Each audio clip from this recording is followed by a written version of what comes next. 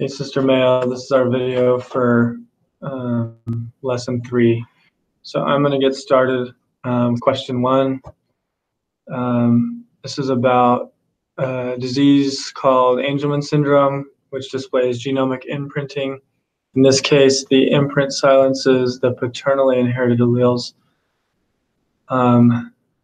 Little a is the syndrome, where big A is non-diseased. The following cross is done where it's a male who is, oh, that's nice, who is big A, little a, and a female who is big A, little a. And basically we just realized that anything that the male gives is irrelevant when it comes to the offspring's phenotype because of the genomic imprinting. So we bring that down. I guess we'll do that for her. So you can put these in here, but it doesn't really matter. Like I just crossed them out because they don't really affect it. And then little a, those are crossed out. So this is a 1-to-1 ratio of affected and non-affected for the phenotypes. But the genotypes of the progeny, that's why this is kind of important. The genotype is a 1 to 2-to-1 ratio. 1 homozygous dominant, 2 heterozygous, 1 homozygous recessive. And then part B, dealing with the same disease, crosses a heterozygous male with a homozygous recessive female. So we're just changing this one. So if hers are the only ones that count, then 100% of the offspring will express the disease. And you can change these in here. And it makes it a 1-to-1 ratio of heterozygous versus homozygous recessive offspring. Then part C, suppose a woman has triple X syndrome, where she has 3 X chromosomes. However, the XICS, the inactivation centers, have been deleted from 2 of the X's in each of her cells. How many Barr bodies are found in each of the woman's cells? Since we only count XICSs, we don't count X chromosomes. The cell only counts 1 X, and so it doesn't inactivate or doesn't make Barr bodies out of the other extra 2. So there are no Barr bodies found in her cells. And then part D, suppose you isolate a cell from a female cat with 2 X chromosomes. However, the TSIX genes on each X chromosome are non-functional, while the XIS genes are on each, while the XIST genes on each X chromosome are functional. How many Barr bodies are expected to be found in this cell? Because the T6 doesn't work, the XIST is going to coat both of the X chromosomes, which is going to recruit proteins that condense both of them and turn both of them into Barr bodies. So 2 Barr bodies would be found in those cats.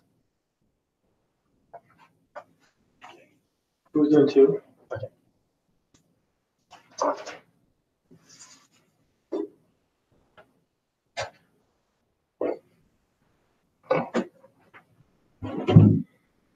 All right, so for the fill in the blank, the first one, we got SRY. And then on the second fill in the blank, we got MIC2. And then for part C, we got a 50% normal body and 50% dwarf body, or a 1-to-1 phenotypic ratio. D was sex influenced. E was genomic imprinting for the first part of that one. And then while dosage compensation was the second half. F was XIST and T6. And G for the first one is autosomes, and The second one is sex chromosomes. And we're gonna have to zip through these 'cause my battery's really low and I forgot my charger. But hopefully it doesn't take us 28 minutes. All right, so we're talking about something called OTD, which is sex-linked recessive disorder. And so in this case, it says the woman's mother is homozygous and unaffected. So she'd be just XX. And then it says the father has OTD though, so he'd be X, and then Y is how we decided to note that. And so the first question says, what is the genotype of the woman's father? What is the genotype of the woman's mother? Which, yeah, right there. If the woman has children with a man who does not have OTD, what is the chance that their first child will be a son with OTD? And so with this, so the man doesn't have OTD in this case. This is, we have to do one round before we get to the Yeah. So the woman that was mentioned that is going to be having a child with a man can end up being the XOX, can end up being that specific offspring of this cross. Mm-hmm. But now we're saying this person has children with a man who does not have OTD. Look like that. And so this would just pass on. There's a 50% chance for the men and a 0% chance for the women, but they would be carriers. So we'd end up getting, for our males, it would look like that, but then, yeah, for our females,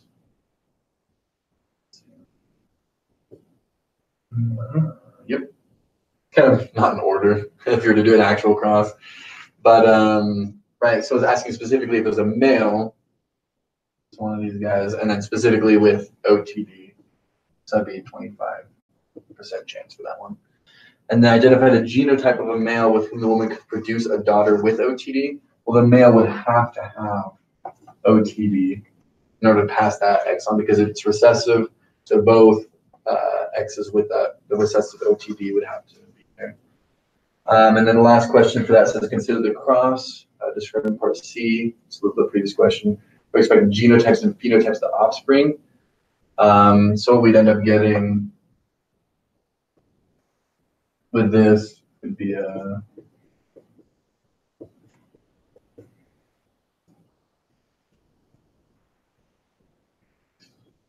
Y. And so these two would be affected with OTD, female, male. These would not be female, male. So you'd get like a 1-to-1 ratio if you're counting sex. Mm-hmm. I'll move on to question 4 now. Okay. The presence of a beard in some species goats is determined by an autosomal gene that is dominant in males and recessive in females. So this is the sex-influenced inheritance. So suppose a cross makes 3 beard and 1 no beard phenotype ratios among male offspring. So in order to be a male and not have a beard, you have to be little b. So in order to get this kind of a cross where you have 3 with beards and 1 without, you have to have these be heterozygous and this be homozygous dominant, which makes the parents both heterozygous. And so it says, what are the genotypes and phenotypes of the parents? The genotypes are heterozygous. But if the mother is heterozygous, this is actually the recessive and this is the dominant. So the dominant no beard allele is expressed and she does not have a beard. And then part B, suppose that a cross produces a 1 beard and 3 no beard phenotype ratio among female offspring. So like we said, in females, in order to have a beard, you have to be homozygous recessive, because to them, the big B is the recessive one. So this is actually the same cross for this situation, where the 1 bearded female has both big B's, whereas all 3 of these are the no bearded phenotype. And so both genotypes are heterozygous of the parents. The father is bearded and the mother is not. Suppose a cross between a male with a beard and a female without a beard produces a 1-to-1 phenotype ratio among female offspring. What are the genotypes of the parents? So if the male has a beard, he can be either homozygous dominant or heterozygous. The female could be also heterozygous or homozygous dominant for the no beard for her side. But we figured it out, and it was the father is big B, and the mother was heterozygous, I believe. And so if you were to do this cross, that would be big B, big B, big B, little b, big B, little b, big B, big B. And when females are this genotype, they're bearded. So that gives us the 1-to-1 bearded, non-bearded ratio. And so it just asks for the genotypes. The genotype is father is big B, the mother's little or heterozygous. Do you suppose a male and female both which lack beards? So in order for the male to not have a beard, we already know that he is little b. And they produce a 1-to-1 ratio of male offspring, beards versus no beards. What are the genotypes of the mom and dad? So we know the dad, but if we have a 1-to-1, in order to not have a beard for the males, they have to be homozygous recessive. And so in order to get this B done here, the mom has to have at least one little b, but in order for them to have beards, they have to get the big B from somewhere. So the mother is heterozygous and the father is homozygous recessive. That's it for 4. Yep. Yeah, I'll get in. All right, so we're moving on to 5, and this one's talking about cats. Talking about orange and black cats, and then some tortoiseshell ones. So it says in cats, orange color is determined by the little b allele, and the black coat color is determined by a big B allele. The heterozygous condition produces a phenotype known as tortoiseshell. The big B and little b alleles are X-linked. Suppose you cross an orange male cat,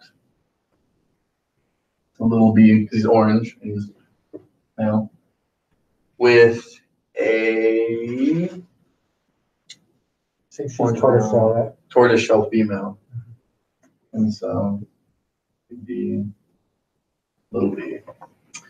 What are the genotypes and phenotypes of the progeny? Just do this out. We get X, big B, Y, X, little b, X, big B, little b, X, little b, X, little b. And so you'd have a tortoiseshell female, and then a orange female, and you have a black male, and then an orange male. Do you know, like that's way easier than writing it all out. Writing is terrible.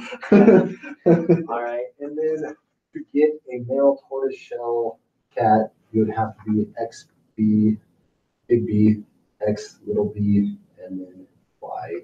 So, and for that to happen, both X's would have to be showing in the female. And then let's see, the last one we're talking about fruit flies. And so with this one, we're talking about a mutation that makes scout or irregular margins on wings, and it's an X-linked recessive mutation. And so in this case, we're doing a reciprocal cross in which you make one homozygous and one homozygous, one dominant, one recessive, and you switch it for the sex. So in this case, we did X with D. I don't know why we did D now, but we did this cross. Oh, I think I did D because of the flies called. Drosophila. That's not the correct way to do it. I should have scalloped. Oh well. Oops. The difference between a big S and a little S is not much. So. And this ends up being B, X, B, X, big D, X, little b, big D, Y, big D, Y. So all of these would be regular. Yeah, all these would be regular, since the recessive one's the one that makes it scalloped or irregular. And so with our other version, right, little d, big D, Y. So these ones, the females, end up coming out normal. Yeah. But then the males, on the other hand, show the scalloped wing. Because they're the ones that get these little D's from here, and the big D from the male doesn't ask it because they're getting the Y's. So in the first case, where you get 100% normal, and then this with all the males would be scalloped, all the females would be regular. And then the last question, it's asking if this were autosomal rather than sex-linked, what would this turn out to be with your crosses like this? And so, Just these. yeah, that's true. And then, we're doing Reciprocal cross is homozygous dominant, homozygous recessive. okay. So then just everything will turn out to be heterozygous. And everything will turn out regular. Yeah, regardless if you what flipped it. Yeah, you flip it. Anyways, it always turn out to be 100% regular. And that's all we got for today.